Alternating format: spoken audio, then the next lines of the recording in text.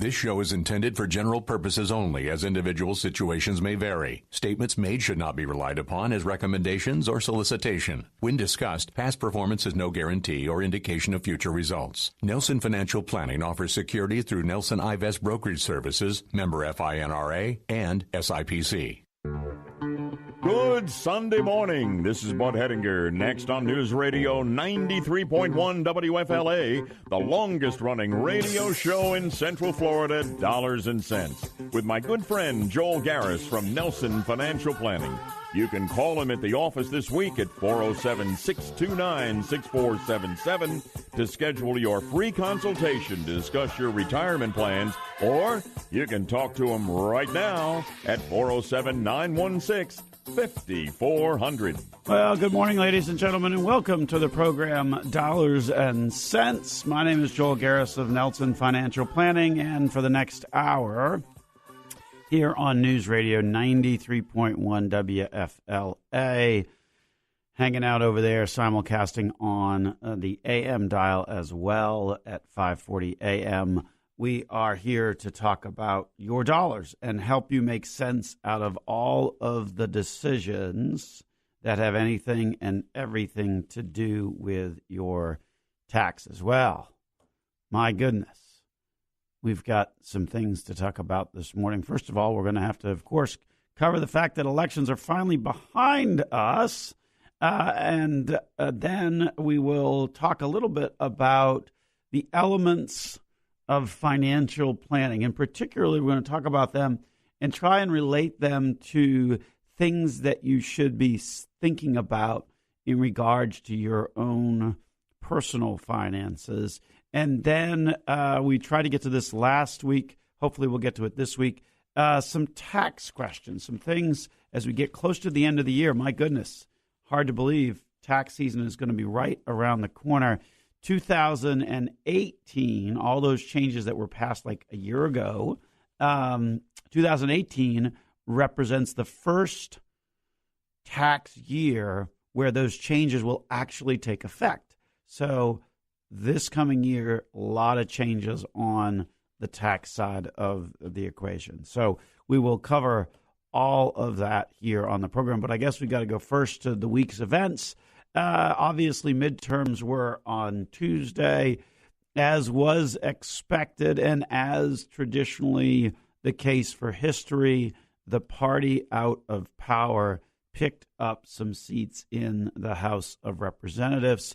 The gain, I think, was like 30 seats, although there's probably a few of those races that are still undecided. I certainly know that that's true on the Senate side, particularly here in Florida. The average pickup, party out of power in a midterm election, somewhere around 25, 26. So 30 is about kind of along the average for the pickup for the Democrats. Interestingly, on the Senate side, the Republicans appear to have gained a little bit on that. So basically, that sounds to me like old Washington is as divided as it ever was. That, to the extent that there is a secret sauce for politics and the markets, that's probably it. Gridlock, where no one party is shifting the status quo too much. See, if you're a business and you're looking out and you're making decisions looking ahead, and that's what business people do, oftentimes businesses are looking out 3, 4, 5, sometimes even 10 years to sort of get, what's the perspective or what are the moves that I need to make to prepare myself for that long-term perspective. And so when you've got gridlock in Washington, you know that there's not going to be some significant shift in terms of the external roadmap, if you will. So that's why, to the extent that there is a secret sauce, that's why the markets like divided government. So interestingly, this midterm year has played out much like other midterm years. There was a decline at the beginning of the year. That was January, February. There was basically a sideways pattern in the market for most of the rest of the months of the year. And then just in the weeks prior to the election, there was a substantial increase in volatility, all of which are historically very much the same for prior years. I mean, there's no real discernible difference versus the sort of the average pattern for the midterm election year. So interestingly, this year really did kind of play out like you would expect for a midterm year based upon historical midterm years. And then the results themselves, as we said, the party out of power picked up roughly 25 or so seats in the House. And so all of that follows the pattern. Let's hope the last piece of the equation, the pattern of midterm years, also holds out. And that is the pattern that over the course of the next 12 months, once the midterms have been decided, then the average gain in the broad-based stock market is around 15%. So we will hope for that. Interestingly, the market sort of got a head start on that, right? Because if you watched the market this past week, you know that on Wednesday was a big upward move in the market, over 500 points. And I think for the week, the markets as a whole, up, down, more up than down. For the week, the markets as a whole finished up close to 3%. So, an overall good week for the markets. We'll see if that historical pattern post-midterm elections plays out. We talked a little bit about what those midterms might mean for the taxes. I think at the end of the day, you're just not going to see anything at all for the next couple of years. I think we're going to be in presidential we're in the presidential campaign already. And especially as President Trump goes around the country and stumps the way that he does, those are basically campaign rallies. I mean, let's call them what they are. And I think we're going to see more and more of that as we've already sort of shifted to that. 2 years, certainly a long enough time for many things to happen along the way. But clearly, the economy appears to continue to be in pretty good shape. So we shall certainly see how all of that plays out. But yes, I suspect that not a whole lot getting done in Washington. There's talk of infrastructure bills or readjusting some of the tax changes that were made a year ago. Again, I think highly unlikely that anything of that is going to happen. I think most of the time is going to be spent on investigations. Wall Street Journal article yesterday morning, front page, it was an investigative piece talking about how much President Trump knew in terms of some of these payoffs to some of these folks that have levied charges against him in terms of his extracurricular activities. So I think that's what you're going to hear more and more of. If you want to watch Washington because you're a fan of reality TV or something, then that's fine. I would particularly watch it in March, April timeframe of next year, because that is when you're going to have another conversation about the debt ceiling in terms of things that are out there on the horizon. That is one of the ones that will certainly command a tremendous amount of attention because I think the parties are going to want to try and do some horse trading on that, as they like to do, to be determined exactly what how that plays out. They're going to have to increase the debt ceiling, so that may create some more friction than normal in Washington. But as I look ahead with a divided Congress and the personalities in play in particular, I don't think much is going to get done over the next couple of years. Hopefully they'll figure out the debt ceiling thing because that's the kind of headline event that could scare the markets on a short-term basis. That is for sure. It happened, I forget, what was it, 3-4 years ago, where that kind of those events played out as well. And you saw a little bit of an adverse market reaction on that. So stay tuned, of course, on all of that. But certainly the midterms are the midterms. I don't know you, but I'm glad that the ads and all of that are behind them. What troubles me so much about politics these days is, both parties are just solely fixated on their base, and it really kind of squeezes out the middle, if you will, and because of that, I think you've got less voices in the middle, if you will, in Washington, and clearly they don't have enough of them, and so you wind up getting into these extreme situations where we're kind of back and forth, to say the least. There's no real desire to compromise. It's rather just to kind of argue back and forth. And sadly, I think that's exactly what we'll see over the next couple of years. But hopefully, the market likes that secret sauce. Political gridlock usually means good things for the market. So we'll stay tuned on that. Speaking of staying tuned, we ask you to stay tuned to the program, because we're going to take a break. We get back from the break, we're going to set the stage for the kinds of elements that you want to be thinking about as you think about your own personal finances and your own personal financial plan. We'll talk about all of that and also recap what we've been up to for the past 2 or 3 days. We've got a bunch of stuff that we want to share with our listeners, starting with last night, the day before, and the 2 days before that. So we'll share some personal stories when we get back here on Dollars and Cents.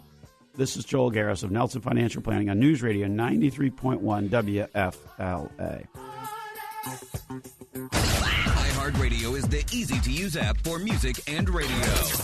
Download the free iHeartRadio app today.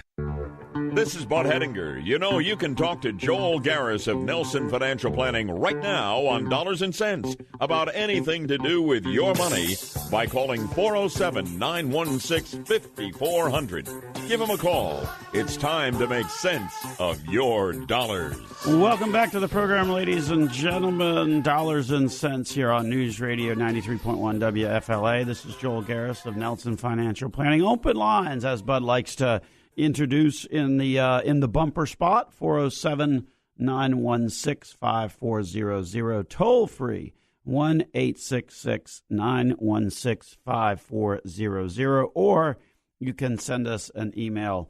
That email is Joel, Joel, at, and it's just simply NelsonFinancialPlanning.com. So those are the ways in which you can get in touch with us on the program and add in your topic of the day. First part of the program, we talked a little bit of course, the biggest topic of the past week on a national basis, and that, of course, was the midterm elections. This week, I'm going to hit some highlights of my personal headlines because it was a busy week, and I want to give a couple of shout-outs to a couple of folks. First, I want to applaud my wife, Stephanie, who works with Grace Medical Home. They are a healthcare home for the working uninsured, and it is amazing the work that they do. It is also amazing the need. And last night they had their big event. It's called Let's Say Grace, and we certainly encourage you to check them out. Good organization that is doing some very important work in the community for those that are clearly in need of it most. So check them out. It's Grace Medical Home. Had the event last night, so went well. Very proud of Stephanie and all the good work that she does. That is for sure. And then also this past week, proud of my middle son, Ethan, who finished his Eagle Scout project this past week. So that was very good. Glad he got through that process. That's always a little bit of a difficulty, I guess, if you will. Start getting to age 16 and other things start to detract you from finishing that path. And but yes, he went through and got the project and did that, built a playground at Canine Companions for Independence, another great organization as well. So happy that for him that he got that through. So a couple of big, excuse me, a couple of big milestones, if you will, in the Garris household this past week. And we certainly wanted to take a moment and congratulate both Stephanie and Ethan for a job well done. And then, Nelson finished up being I don't want to leave anybody out in the family, right? So Nelson finished up being the mascot for his school. So that was good. He enjoyed that. And then my youngest, Connor, competes in districts for choir next weekend. So it's just rolling along. All three kids in high school, it keeps you pretty busy.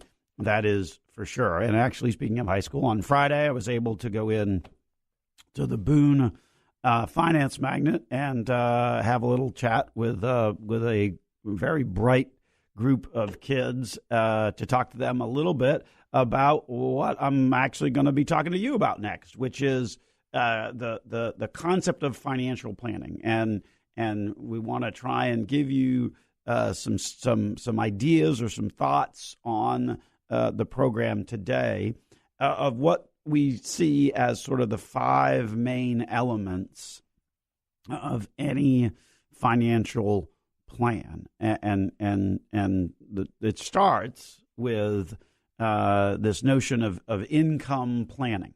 So income planning basically looks at, obviously the money that's coming in and the money that's going out. And so if you look at kind of how those numbers all play out, you've really got to also look at where you are in life. Are you still working or are you nearing retirement? Because when you take a look at those two situations, they are in fact quite different. Because when you're approaching retirement, you also want to be adding things in like what you expect to get for Social Security, what you expect to get from any pension, what you expect to get from any retirement, those types of things. And then on the retirement side, you need to be adding in those types of things that you might not necessarily think about, because when you're working, your taxes are sort of covered by virtue of the withholding that your employer does. When you are retired, you've got to deal with that now because you're sort of your own boss, if you will, in retirement. And then there's a couple of other things that we always like to kind of add into that mix, which you need to consider as well. Chief among them is the healthcare cost. That can be a very large cost. It certainly becomes a very significant item of conversation and of your expected expenses in retirement if you are retiring under the age of 65. Age 65 is still the Medicare age. If you're under that, then you're going to have to go out and find your own health insurance policy. That's where the numbers can start to get pretty expensive. And then the other item is this notion of free time expense. Yes, in fact, in the first few years of retirement, you will spend more money than in your last few years of retirement, because in your first few years of retirement, you are younger. And when you are younger, you're able to do more stuff. And when you're able to do more stuff usually has a price tag. That's what we would like to refer to as your free time expense.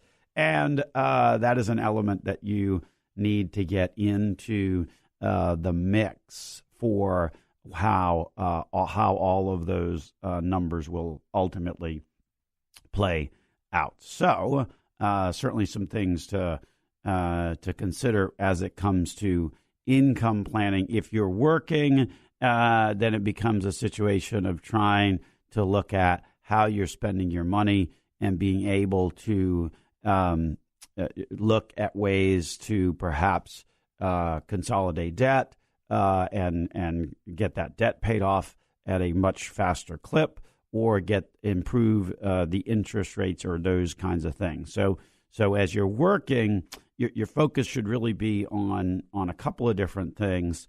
Number one, at making sure that your debt is as eliminated as it can be, particularly coming into retirement. And then number two, making sure that you're saving some money along the way, trying to get to sort of the traditional rule of thumb of, say, 10% of income. Obviously, if you're close to retirement, then that's got to be higher. But those would be sort of the goals to look at if you are working. So that is the big question mark, I guess, if you will, in terms of the income planning and the things that you really want to really focus on in terms of trying to get a handle on that income planning element aspect of financial planning, or developing that sort of financial plan for yourself on a personal basis. The next item is simply your wealth management, if you will. Wealth management takes a look at what you own and what you owe. Okay, so what you own, what you owe. So everything that you own, right, can be categorized. It can be categorized as a asset that you can access, like a checking account or a money market, or an asset that might be liquid, but there might be some restrictions on being able to access it, like retirement account, right? If you're under 59 and a half, there's a big 10% penalty that comes into play if you access that before 59 and a half, or personal property. Those are assets, but ultimately at the end of the day, those aren't really assets that are going to generate out much of a return. I mean, those are mostly depreciating type assets like cars or clothes or things like that. And then fixed assets. So that would be like your house, right? So those would be kind of how you would go through and characterize your assets to get an understanding of sort of what it is that you own. And ultimately, at the end of the day, on the flip side, is your liabilities. The liabilities is, of course, what you own. So you want to start to organize those based upon whether they're short-term or whether they're long-term.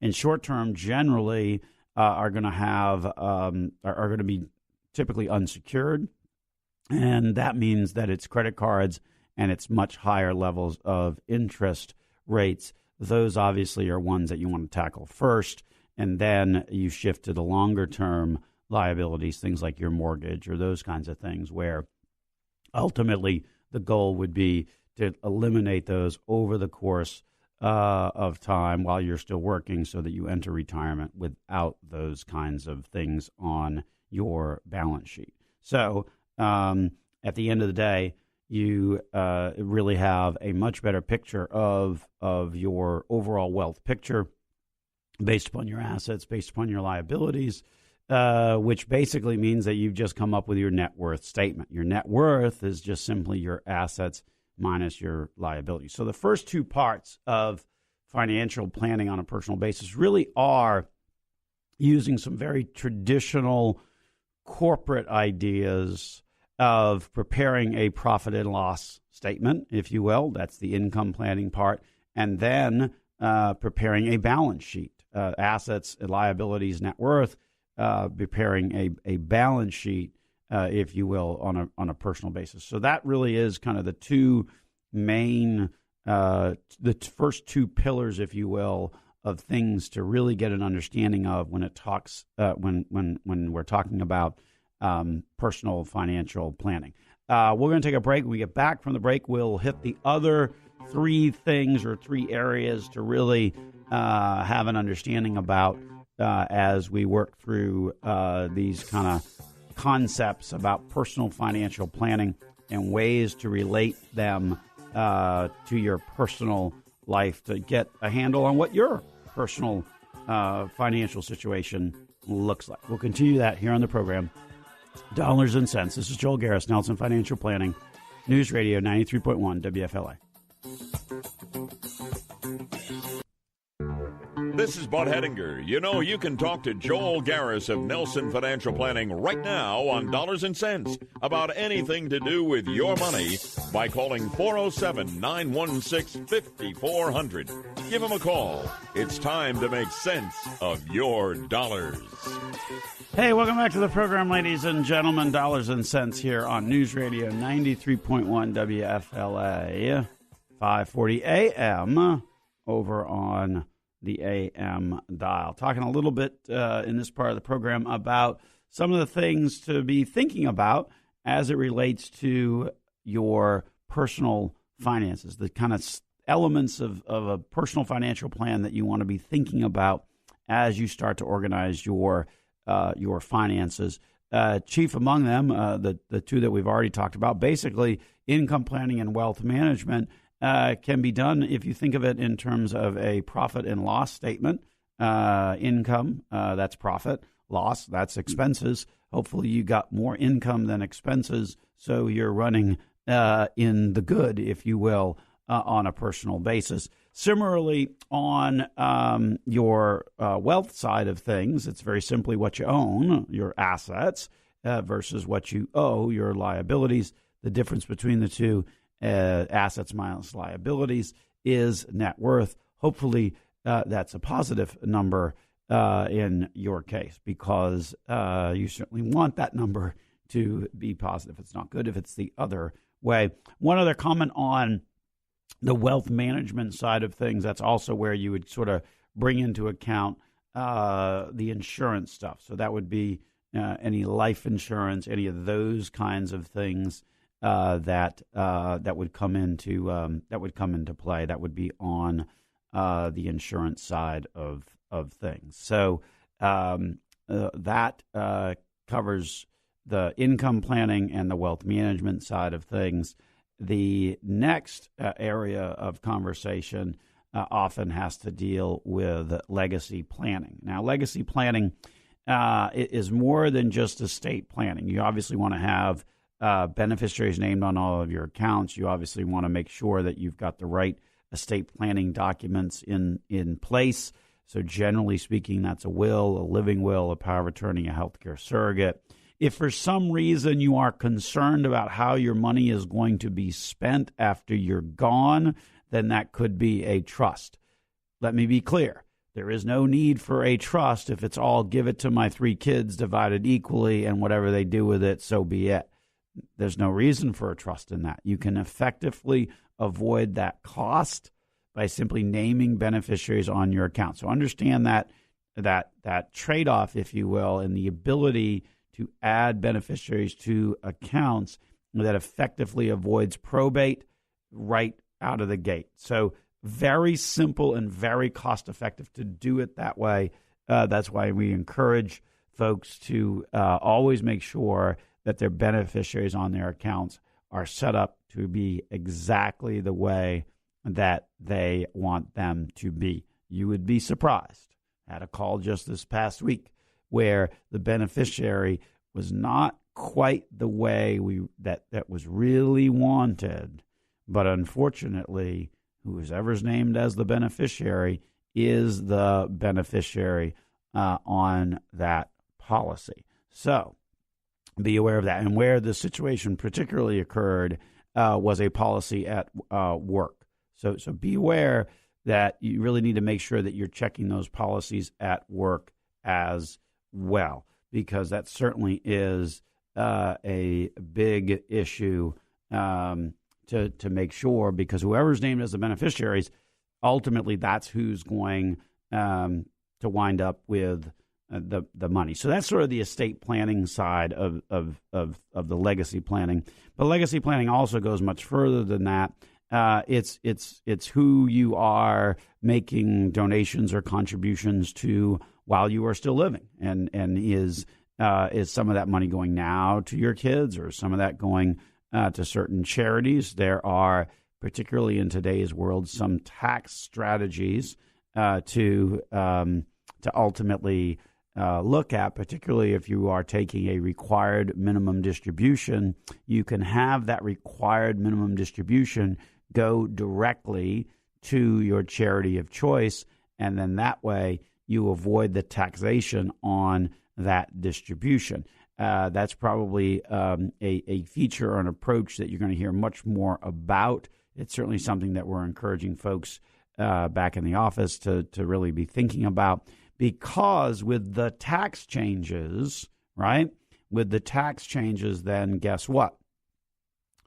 The higher standard deduction, a lot fewer people are going to be able to have the write-off specifically for charitable contributions. So in order to still sort of get the charitable contribution and get a benefit for that, doing that qualified charitable distribution from your required minimum distributions is a great way to be able to do that. So that's sort of the legacy planning part of it, which sort of goes right into the other aspect of your personal financial planning, which is taxes, and particularly tax mitigation. When you're working, 30% or about 30% of your paycheck between the FICA tax and the income tax, that goes directly to the government. The reality is that in retirement, you don't have to worry about that 8% because the FICA tax you don't actually have to pay off of your retirement income. But tax mitigation, certainly something you want to be focusing on, and particularly looking at last year's tax return. I think far too often people get their taxes done and they just drop them in a drawer and don't bother to look at them. There's an analysis that needs to be done. Did you get a refund? Is it a big refund? Could perhaps those dollars be better served going into a pre-tax 401k or an IRA to help reduce down your taxes even more? If you're getting a refund, basically you're giving an interest-free loan to the government for a year. And so the question would be, and they don't pay interest on that. So why would you do that? And so that's the kind of things to look at when it comes to taxes, and specifically tax mitigation, is to look at that tax return and use that as a blueprint for the road ahead. The tax return also is a rough, certainly a pretty accurate estimation of what your income is as well. So you can see where a lot of these elements sort of overlap, if you will, from one category to the next. So that's the concept of kind of looking at taxes and trying to mitigate your taxes, because otherwise you wind up having a you don't want to have to pay more than what you owe. That is for sure, because I'm sure whenever you look at the tax bill, it's always a bunch of money. So to be aware of the taxes, to focus on the taxes, that certainly is worthwhile, and to really look at that prior year tax return to get a handle on what the picture looks like going forward. So that's the tax mitigation part of it. The fifth aspect is something that sort of we put in there on a more personal basis, not really core, but at the end of the day, we think that the fifth element that we're talking about is perhaps the most important element, and that is very simply behavior modification, okay, or behavioral coaching. Now, why would I need behavior modification or behavioral coaching as it relates to my personal finances? Well, we'll give you some very real examples on that after this. So stay tuned, and we'll finish up this conversation on the elements or the parts of financial planning and how that relates to you personally. We've got the last one coming up, which we view as often the most important, this concept of behavior modification or behavioral coaching, and we'll relate it to what's going on today in the world. So stay tuned for that here on Dollars and Cents. This is Joel Garris, News Radio 93.1 WFLA. This is Bud Hedinger. You can talk to Joel Garris of Nelson Financial Planning right now on Dollars and Cents about anything to do with your money by calling 407-916-5400. Give them a call. It's time to make sense of your dollars. Welcome back to the program, ladies and gentlemen. Dollars and Cents here on News Radio 93.1 WFLA. Before I get too far into this last segment of the program, I certainly do not want it to slip without taking a moment to wish all of our veterans out there a very happy Veterans Day. It's actually falling on today, Sunday, November the 11th, is a celebration of Veterans Day where we recognize and honor all veterans who served in our armed forces. We certainly appreciate your service, your dedication, your sacrifice, and your loyalty to this great country. And without our veterans, we would not be the economic power and the beacon of liberty and freedom that we are today. So thank you to all of our veterans out there. Hope you enjoy the day. I guess there's a lot of places that will do freebies and whatnot. So hopefully you take advantage of all of those sales and savings and things like that out there. You certainly deserve it, and much, much more than that. That is for sure. So thank you. This part of the program, we were going to be talking about behavioral modification, behavioral coaching, if you will. Why did I include that in the elements of things to plan or things to be thinking about when it comes to pulling together your personal financial plan? Well, very simply, there's a statistic, and if you've listened to the program over the years, it's a statistic that we often reference, and that is the performance of the market versus the performance of the average investor. If you look at the performance of the market over the course of the past 20 years, annualized returns right at about 8%. Sadly, if you look at the performance of individual investors, and we're not talking about just the stock picking ones, we're talking about even about the mutual fund ones, the ones that are supposedly more diversified, their average return about 3%. The difference between 3 versus 8, that's a massive gap that will leave you with a substantial shortfall in retirement. Why is it 3 and not 8? Well, that's where we get to the behavioral coaching aspect of financial planning. So hopefully you've got somebody that you can turn to help provide perspective when the media is screaming up and down that the world is going to end. Because, see, the problem with that is that they have an incentive to make sure that you tune in tomorrow, because all of those places are not businesses that make money based upon giving information out. They make money based upon trying to sell advertising. And when they sell advertising, it's based upon how many viewers or listeners or subscribers they have.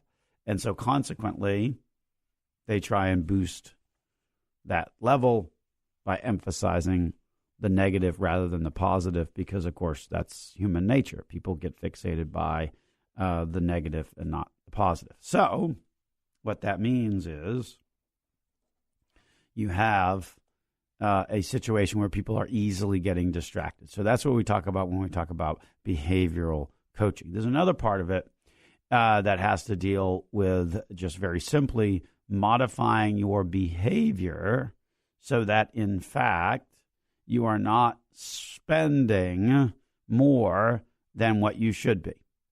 Modifying behavior so that you are not spending more than what you should be. I'll give you an example. It was an example that I gave on Friday when I was speaking to the Boone Finance Magnet kids. Let's say you go to Starbucks, okay? And you go to Starbucks, and when you walk into Starbucks, it's usually about $5, at least $5, right? Especially if you get one of those fancy autumnal drinks with the pumpkin and those, whatever it is. There's also about 1,000 calories in them, but, what the heck. So Starbucks, you spend $5, okay? So let's say you go there, 3-4 times a week, okay? You do that over the course of the month, and that's about $100, okay? So when I was talking to this group of 16-year-olds on Friday, I said to them, well, you've got a 50-year time horizon.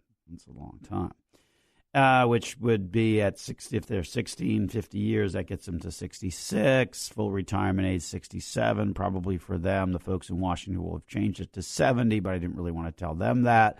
But it's 50 years, all right?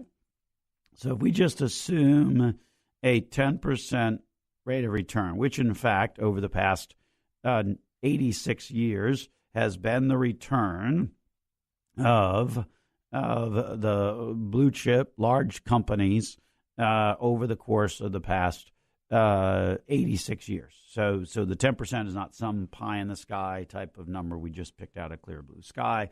That's the historical longer term number. Okay, so $100 a month every month for 50 years, assuming the 10%. What do you suppose that turns into? It turns in a lot more than you think it does. It turns into 1.8 million. Well, it really turns into about 1.7 million and change because the kids verified my number. Okay. But it's still, stop and think about that. $5 a day, 3-4 times a week. Okay. $100 during the month. You don't really think of it. Okay. Sprinkle some water on that and a whole lot of time. That turns into in excess of $1.7 million. That's a lot of money. Don't let anybody say, oh, I don't have enough money. I can't possibly save. I can't possibly plan for my future because there's no money. Really? All you got to do is look at that Starbucks trip and adjust accordingly, because those numbers really can compound dramatically over the course of the rest of your life. $100 a month, turn it into over 1.7 million when you get to retirement. That's a big difference. That is about behavior modification. That's why we view that fifth part of preparing a personal financial plan to be incredibly important. Sure, you've got the income plan. You got to put together your income. You got to put together your expenses.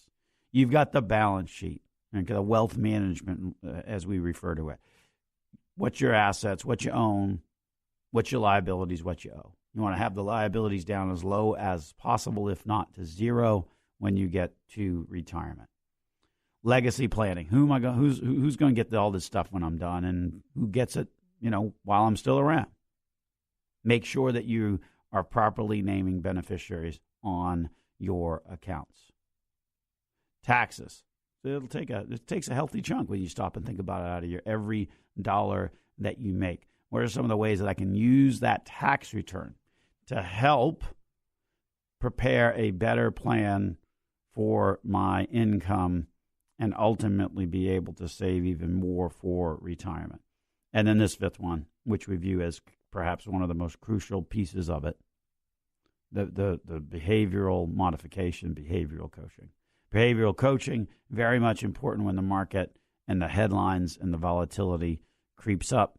You're not going to get any balanced perspective out of any mainstream media outlet because they are not in the business of giving you information. They are in the business of selling ads. In order to sell ads, they need to scare up more of an audience. And then, the other part of that, behavioral modification. Stop and think about that very simple Starbucks example. $100 a month. $100 a month, spinning it out over a 50-year period of time, over $1.7 million. That's a tremendous amount of money and can make a tremendous difference in your overall finances. That last piece, as crucial as anything else that we've talked about in terms of trying to prepare your personal financial planning for your personal financial plan, your personal financial picture. We encourage you to do that exercise on a regular basis and think about all of those different elements that we talked about here on the program to help get you the most accurate picture possible. Once again, happy Veterans Day to all of our veterans out there. We hope you enjoy the day. Thank you, thank you, thank you. Not enough people are going to say thank you to you today, but let me at least say it. Thank you for all of your loyalty, dedication, sacrifice, and service to this great country. We will wrap it up from here. You've been listening to Dollars and Cents. This is Joel Garris of Nelson Financial Planning here on News Radio 93.1 WFLA.